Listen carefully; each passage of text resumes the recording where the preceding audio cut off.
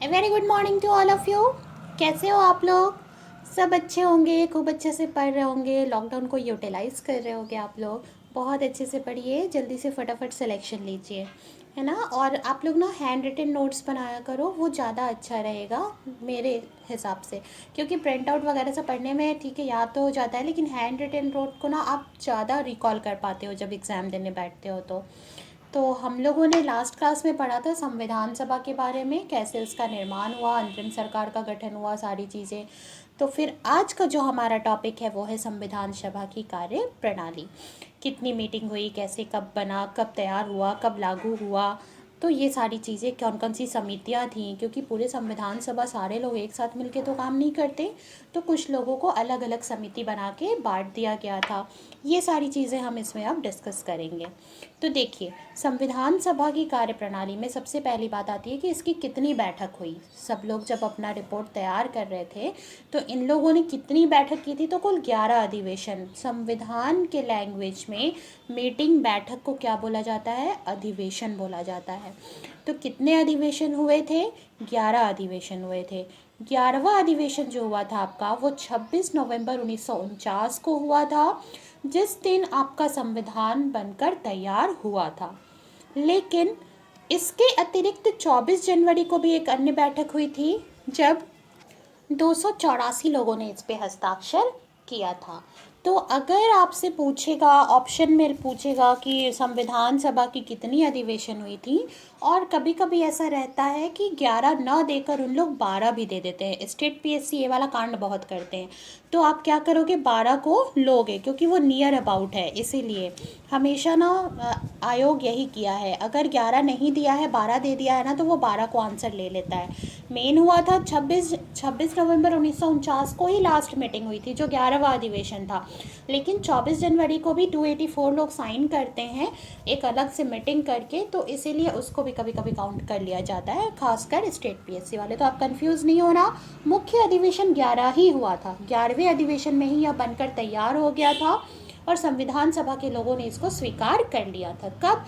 26 नवंबर 1949 को। चलिए, अब हम आते हैं इसकी बैठक पे। संविधान सभा की पहली बैठक 9 दिसंबर 1946 को होती है, जिसके अध्यक्ष डॉक्टर सच्चिदानंद सिन्हा को बनाया जाता है। ऐसा बोला जाता था उस समय में, ऐसी मान्यता चली आ रही थी कि जो भी उस सभा का जो सबसे बुजुर्ग व्यक्ति होता था, उसको अध्यक्ष बनाया जाता था। तो इसीलिए सच्चिदानंद सिन्हा को अध्यक्ष बनाया गया था, जो कि कैसे थे? आपके अस्थाई अध्यक्ष थे। अगर अस्थाई सदस्य पूछेगा आपसे तो भी यही थे, अस्थाई अध्यक्ष भी पूछेगा तो भी यही थे। क्योंकि पहले ये संविधान सभा के सदस्य बने, उसके बाद ही तो इनको अध्यक्ष नियुक्त किया गया ना। इसलिए मैं यहाँ पे लिख दी हूँ कि अस्थाई अध्यक्ष और सदस्य बने कौन? डॉक्टर सच्चिदानंद सिन्हा। कब बने? 9 दिसंबर 1946 को। फिर दूसरी बैठक कब होती है? 11 दिसंबर 1946 को। और तब कौन बनते हैं अध्यक्ष? डॉक्टर राजेंद्र प्रसाद, और ये अस्थाई अध्यक्ष रहते हैं। ठीक है, ये पूरे लंबे, जब तक संविधान का हमारा निर्माण हुआ, हमारे संविधान सभा के अध्यक्ष डॉक्टर राजेंद्र प्रसाद ही रहते हैं। और उपाध्यक्ष कौन रहते हैं? एच.सी. मुखर्जी, और संवैधानिक सलाहकार बी.एन. राव। तीसरी बैठक फिर इम्पॉर्टेंट है, 13 दिसंबर 1946 को होती है। इसमें जवाहरलाल नेहरू ने उद्देश्य प्रस्ताव रखा था। उद्देश्य प्रस्ताव का मतलब है कि हमारे संविधान का उद्देश्य क्या होना चाहिए, हमारा संविधान कैसा होना चाहिए। ये सारी बातें जवाहरलाल नेहरू ने उद्देश्य प्रस्ताव के रूप में कब रखा था? 13 दिसंबर 1946 को रखा था। संविधान सभा ने इसे एक मत से 22 जनवरी 1947 को स्वीकार किया था, और यही उद्देश्य प्रस्ताव आगे चलकर क्या बनी? आपका उद्देशिका अर्थात प्रस्तावना कहलाई हमारे संविधान की। फिर आते हैं हम अंतिम बैठक पे, जो 12वां रहता है, 24 जनवरी 1950 को। इसमें डॉक्टर राजेंद्र प्रसाद को भारत का राष्ट्रपति बनाया जाता है, और इसी दिन 284 सदस्यों के द्वारा संविधान पर हस्ताक्षर भी किया गया था। तो बिल्कुल आप लोग एकदम क्लियर रखना माइंड में, मुख्य अधिवेशन 11 ही हुआ था। अगर ऑप्शन में 11 नहीं है तब आप 12 को लोगे। दूसरी चीज़, 11 ही हम इसलिए मानते हैं क्योंकि 26 नवंबर को संविधान को स्वीकार कर लिया गया था। 26 नवंबर 1949 को किसके द्वारा स्वीकार किया गया था? तो संविधान सभा के द्वारा स्वीकार किया गया था। और इसीलिए हमारा 26 नवंबर 2015 से क्या मनाया जाता है? संविधान दिवस या विधि दिवस के रूप में मनाया जाता है। वो आगे मैं इम्पॉर्टेंट फैक्ट्स में आप लोग को बता दूंगी, अभी नोट कर लेना आप लोग, ठीक है। अब नेक्स्ट आता है हमारा संवैधानिक समितियाँ, क्योंकि अलग अलग समिति बनी थी और सारी अलग अलग समिति बन के फिर अलग अलग उसका रिपोर्ट तैयार की थी, और ये सारी समितियों के रिपोर्ट को मिलाकर ही हमारा संविधान तैयार हुआ था। तो देखिए, इस समिति से ना क्वेश्चन आता है अध्यक्ष के बारे में कि इस समिति के, संघ शक्ति समिति के अध्यक्ष कौन थे, या फिर संघ संविधान समिति के अध्यक्ष कौन थे, ऐसा करके। तो इसको एक बार समझ लीजिए। संघ शक्ति समिति, संघ संविधान समिति, वार्ता समिति, राज्य संबंधित समिति। कौन रहते हैं आपके? जवाहरलाल नेहरू, क्योंकि सबसे ज़्यादा पावरफुल आदमी उस समय कौन रहता है? गांधी जी के बाद में यही रहते हैं। गांधी जी तो 1948 में मृत्यु हो गई रहती है, लेकिन इसीलिए इस टाइम में कौन सबसे ज़्यादा पावरफुल रहता है आपका? जवाहरलाल नेहरू। तो इनके पास कौन कौन सी रहती है? संघ शक्ति समिति, संघ संविधान समिति, वार्ता समिति और राज्य संबंधित समिति। फिर आ जाइए प्रांतीय संविधान समिति, मौलिक अधिकार व अल्पसंख्यक संबंधित समिति। इस दोनों के अध्यक्ष रहते हैं आपके सरदार वल्लभ भाई पटेल। इसको आप थोड़ा सा याद कर सकते हो इस तरीके से कि प्रांतों को एक करने का, रियासतों को, सारे छोटे छोटे अलग अलग जो प्रांत थे उसको अखिल भारतीय संघ बनाने में हमारे सरदार वल्लभ भाई पटेल का सबसे मुख्य योगदान है। तो इसीलिए प्रांतीय संविधान समिति का अध्यक्ष इनको बनाया गया था। मौलिक अधिकार का अल्पसंख्यक संबंधित समिति का अध्यक्ष इनको बनाया गया था। यहाँ पे 2 उप समिति भी थी, मौलिक अधिकार उप समिति और अल्पसंख्यक उप समिति। मौलिक अधिकार उप समिति के अध्यक्ष रहते हैं JB कृपलानी। अल्पसंख्यक उप समिति के अध्यक्ष रहते हैं HC मुखर्जी। उप समिति is not too important, but you have to remember this. 7th आता है आपका कार्य संचालन समिति। कार्य संचालन समिति में कौन रहते हैं? KM मुंशी। ये भी बहुत इजी वे में याद हो जाएगा, दोनों क से है। तो जैसे ही ऑप्शन में कार्य संचालन दिखेगा तो आप लोग ढूंढना कि क वाले लेटर कौन सा है और फिर लगा देना KM मुंशी। झंडा समिति राजेंद्र प्रसाद, झंडा फहराया और प्रसाद मिला। संचालन समिति भी राजेंद्र प्रसाद, क्योंकि राष्ट्रपति थे और राष्ट्रपति क्या करता है? राष्ट्र का संचालन करता है, राष्ट्र में जो भी चल रही है सब चीज़ें। नियम और प्रक्रिया समिति राजेंद्र प्रसाद। ये सब मैं समझाने के लिए बोल रही हूँ ना कि आप लोग के माइंड में रहे, ठीक है, कि राष्ट्रपति थे तो संचालन का काम भी यही कर रहे थे, नियम प्रक्रिया भी यही देख रहे थे, सारी चीज़ें। क्योंकि अभी तो कुछ आपका लोकसभा राज्यसभा का निर्माण नहीं हुआ था कानून बनाने के लिए अलग से ना, क्योंकि जब 52 में इलेक्शन होगा तब होगा, संविधान बनकर तैयार होगा उसके बाद। तो इसीलिए सारी चीज़ें कौन देख रहा है आपका तब तक? राजेंद्र प्रसाद देख रहे हैं, क्योंकि उन्हीं को 24 जनवरी 1950 को राष्ट्रपति भी नियुक्त किया गया था। सर्वोच्च न्यायालय समिति S वार्दाचार्य। आप लोग अगर कभी गौर किए होंगे तो आप देखना कि सुप्रीम कोर्ट के जितने भी मुख्य न्यायाधीश रहते हैं ना, मैक्सिमम साउथ इंडियन ही रहते हैं। तो इसलिए ऑप्शन में जब आपको साउथ इंडियन दिख जाएगा कोई, तो उसी को टिक मार देना।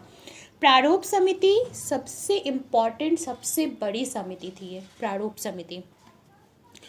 मसौदा समिति, पांडुलेखन समिति, इसके अध्यक्ष हमारे BR अम्बेडकर थे। थोड़ा सा प्रारूप समिति बहुत इंपॉर्टेंट है तो इसके बारे में हम पढ़ लेते हैं। इसका गठन 29 अगस्त 1947 को होता है। इसमें कितने सदस्य रहते हैं? तो 7 सदस्य रहते हैं, 1 अध्यक्ष और 6 अन्य सदस्य रहते हैं। टोटल 7 हो गए, ठीक है। 7 में कितने कौन कौन थे? अध्यक्ष 1 रहते हैं जो BR अम्बेडकर रहते हैं और 6 अन्य सदस्य रहते हैं।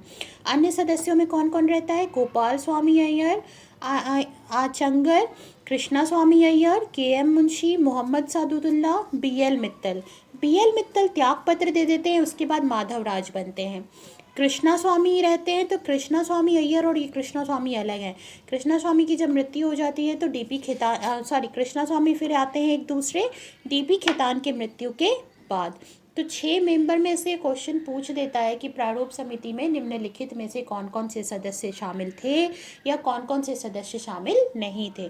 तो आप इन 6 का नाम याद रखना: गोपाल स्वामी, कृष्णा स्वामी, KM मुंशी, मोहम्मद सादुल्ला, BL मित्तल का त्यागपत्र देने के बाद माधव राज और DP खेतान के मृत्यु के बाद कृष्णा स्वामी। दोनों कृष्णा स्वामी जो है ना वो अलग अलग है। फिर आ जाइए, संविधान का सर्वप्रथम प्रारूप किसने तैयार किया था? BN राव ने तैयार किया था। मैं बता चुकी हूँ आप लोग को पहले भी। संविधान समितियों ने रिपोर्ट प्रारूप समिति को सौंपा और प्रारूप समिति ने 4 नवंबर 1948 को इसे संविधान सभा को सौंप दिया था। तो देखिए, जितनी भी समितियां थी अपना रिपोर्ट बनाई, रिपोर्ट बना के जो मुख्य समिति थी, सबसे बड़ी समिति थी प्रारूप समिति, उसको सौंपी। उस प्रारूप समिति ने 4 नवंबर 1948 को पूरा प्रारूप तैयार किया संविधान का और संविधान सभा को सौंप दिया। फिर क्या होगा? संविधान सभा विचार विमर्श करेगी, तो समितियों की रिपोर्ट पर विचार विमर्श किया गया और विचार विमर्श करने के पश्चात 26 नवंबर 1949 को संविधान बनकर तैयार हुआ और संविधान सभा द्वारा इसे स्वीकार किया गया। बिल्कुल ध्यान रखना, हमारे संविधान को किसके द्वारा स्वीकार किया गया था? तो संविधान सभा के द्वारा स्वीकार किया गया था। कब स्वीकार किया गया था? 26 नवंबर 1949 को स्वीकार किया गया था।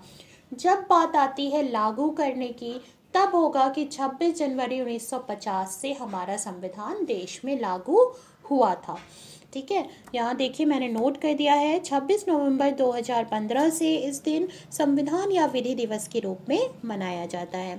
अब देखिए, जब संविधान का निर्माण हुआ तो उस समय इसमें कुल 22 भाग थे, अनुच्छेद 395 और अनुसूची 8। वर्तमान में भी 22 भाग हैं, अनुच्छेद 395 हैं, 4 अनुसूची ऐड हुई है। जब मैं अनुसूची पढ़ाऊंगी तो मैं बताऊंगी आपको कौन कौन सी ऐड हुई है। अलग से एक टॉपिक पढ़ाऊंगी ना मैं पूरे शेड्यूल का। तो 26 नवंबर 1949 को 15 अनुच्छेद लागू हुआ था। बाकी के शेष बचे जो अनुच्छेद थे वो 26 जनवरी 1950 को लागू किया गया था। देखिए, बहुत अमेंडमेंट हुआ है और अमेंडमेंट करते करते लोग बोलते हैं ना 400 कुछ अनुच्छेद हो गए। तो यहाँ पे बिल्कुल माइंड में एक चीज़ क्लियर रखिएगा कि अनुच्छेदों की संख्या नहीं बढ़ी है। जैसे आपका घर है, ठीक है, 3rd फ्लोर का घर है, 3 फ्लोर है, 1 2 3।